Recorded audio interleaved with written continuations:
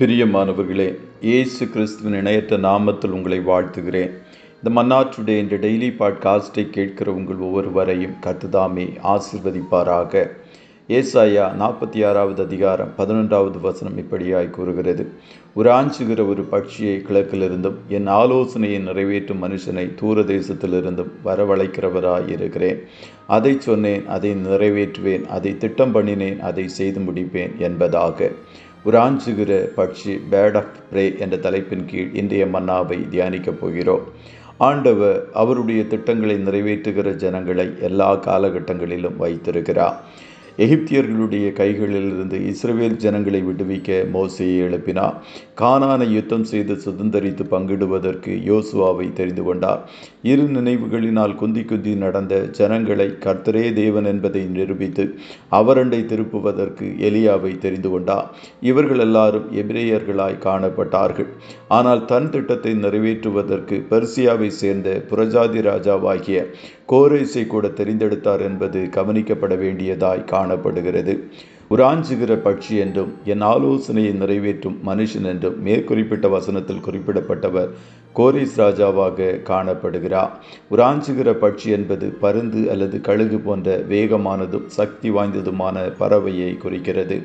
இவைகள் கூர்மையான பார்வை கொண்டவைகள் மற்றும் வேட்டையாடுவதிலும் பறப்பதிலும் அதிக திறன் பெற்றவையாய் காணப்படுகிறது. அதுபோல கர்த்தருடைய ஆலோசனையை நிறைவேற்றுகிறவனாகவும் அவன் காணப்பட்டான். அவன் பிறப்பதற்கு சுமார் 200 வருடங்களுக்கு முன்பாகவே பாபிலோனில் 70 வருடங்கள் அடிமைகளாய் காணப்பட போகிற தன் ஜனங்களை விடுவித்து மீண்டும் எருசலேம் ஆலயத்தை திரும்ப எடுத்து கட்டுவதற்கு அவர்களை அனுப்பி தேவனுடைய திட்டத்தை நிறைவேற்றுவதற்கு தெரிந்து கொள்ளப்பட்டான். அவனை தூர தேசமாகிய பெர்சிய தேசத்திலிருந்து தன் திட்டத்தை நிறைவேற்ற கர்த்தர் தெரிந்து கொண்டார். அவன் ஆட்சியில் வந்தவுடன் உராஞ்சுகிற பட்சியைப் போல துரிதமாகவும் வேகமாகவும் செயல்பட்டு எருசலேமிலே தேவனுக்கு ஆலயத்தை கட்டுவிக்கும்படி தேவன் எனக்கு கட்டளையிட்டிருக்கிறார்.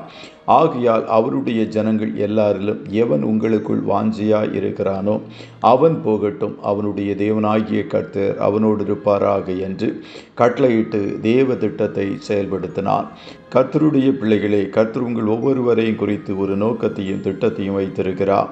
நீங்கள் பிறப்பதற்கு முன்பாகவே உங்கள் மூலம் அவர் நிறைவேற்றப் போகிற பல திட்டங்களை முன்குறித்திருக்கிறார். உங்களை உயர்ந்த நிலையில் வைத்து அழகு பார்க்க விரும்புகிறார்.